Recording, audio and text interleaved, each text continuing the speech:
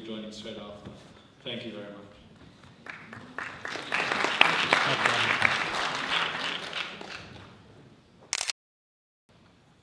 Life is God's call to responsibility.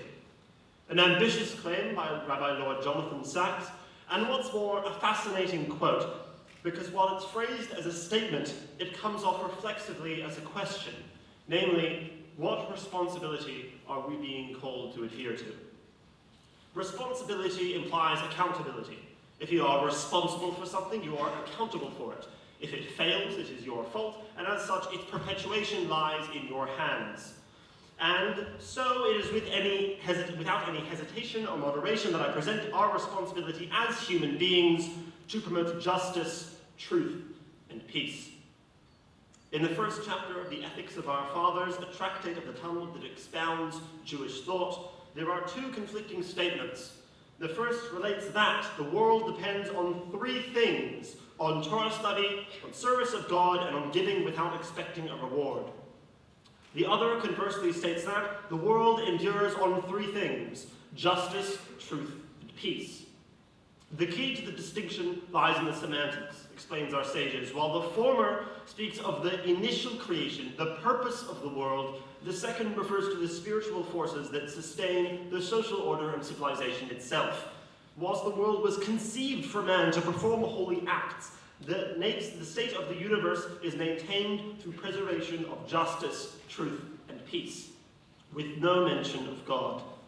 The universe, while spiritually maintained by God's continuous will to exist, is augmented and protected by our own personal efforts to embrace justice, truth, and peace.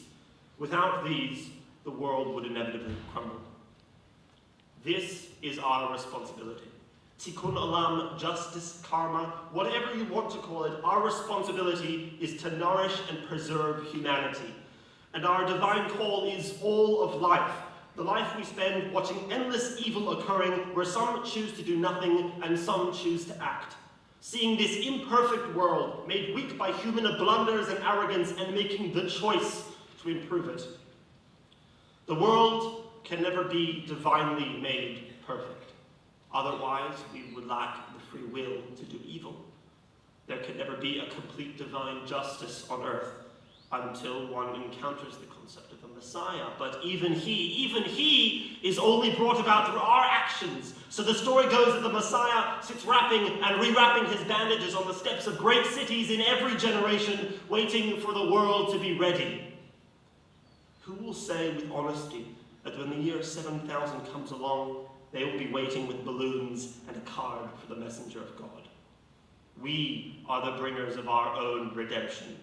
The concept of a Messiah is not this hand of light reaching from the sky. It is centuries of building towers towards that height, of grimy fingers and dusty feet straining to make this world, as the Greek saying goes, a society grown great by old men who plant trees, knowing they shall never sit in their shade. The truth remains.